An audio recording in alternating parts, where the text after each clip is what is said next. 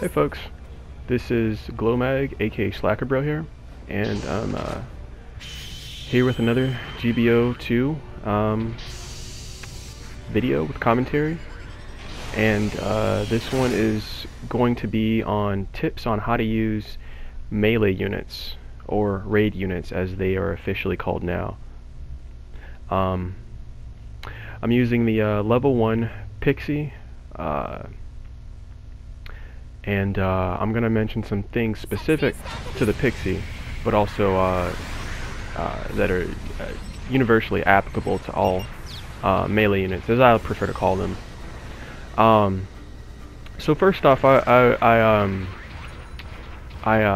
taking this sort of little detour hidden route here with the Pixie, and I'm using this route primarily because the Pixie, so one of the unique things about the Pixie is that it has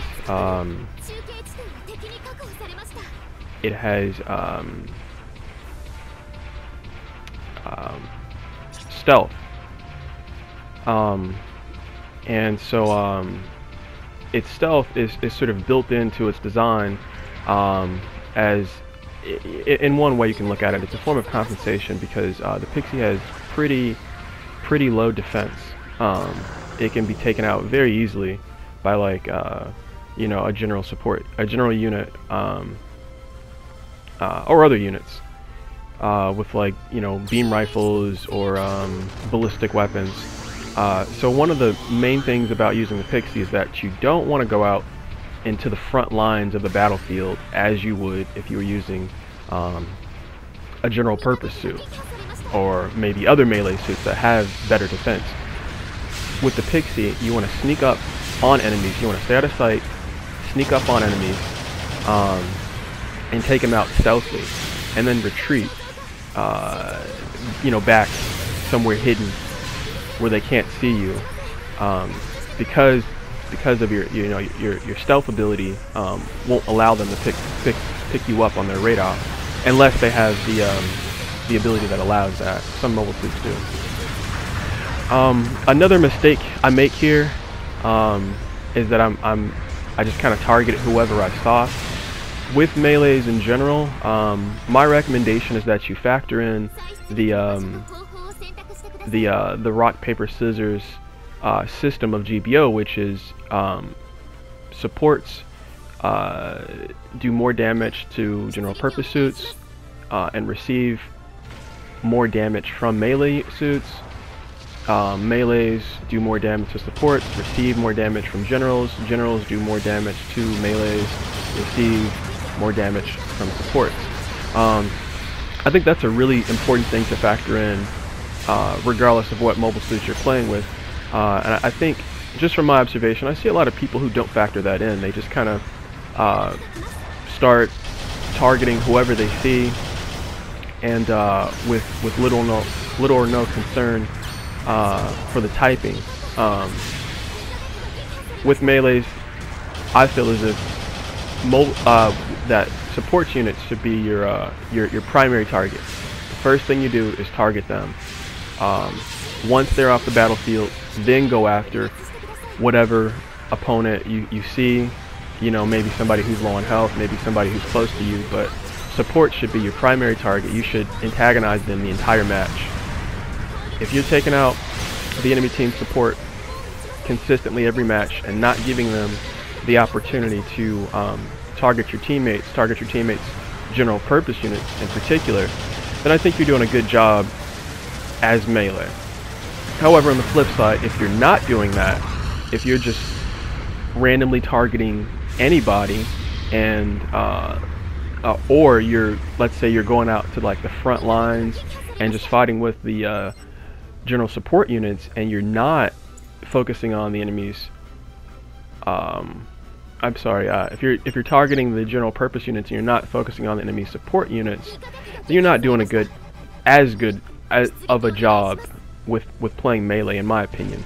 I had a match a little while ago where we had a melee unit on our team. I think maybe someone was in, like, a Gulf, and there was 2 supports on the enemy team, and one sort of positioned themselves in the corner and were just constantly sniping everybody on our team, and they were especially targeting me. I was in a general purpose unit, and it was such a pain. It was such a pain because every time I would get to them, you know, them having type advantage against me, they would break my legs and then finish me off before I can get close to them. And our team's melee was just completely ignoring them, and I, if I recall correctly, going after the general purpose units.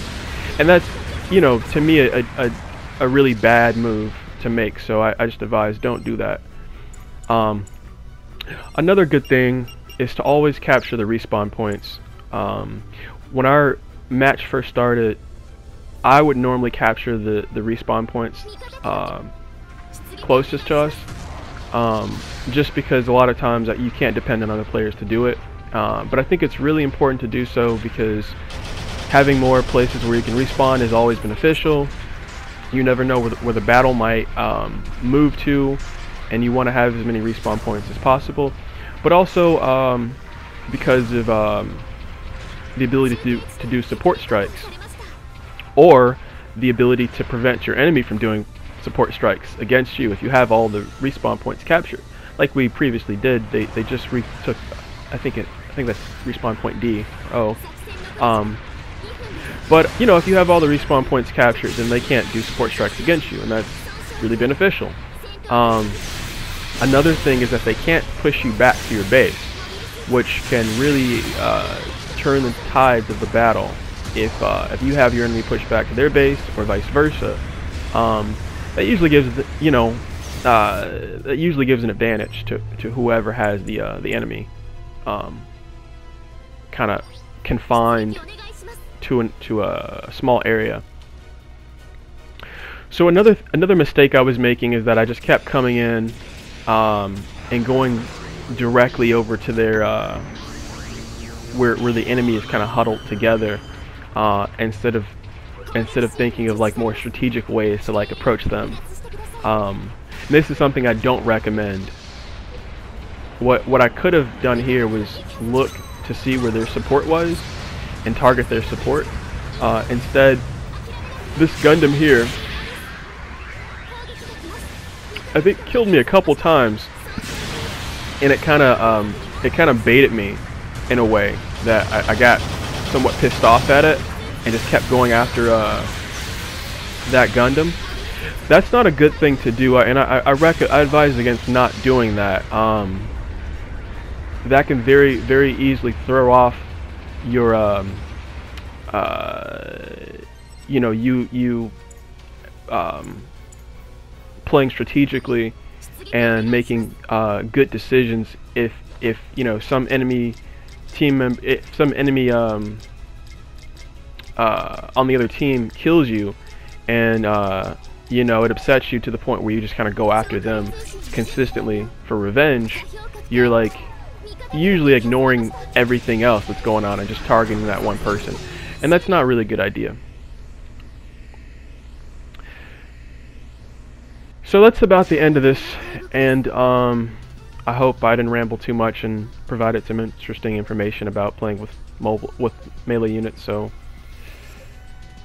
yeah, I'll probably make another one of these, but until then, catch you in the next one.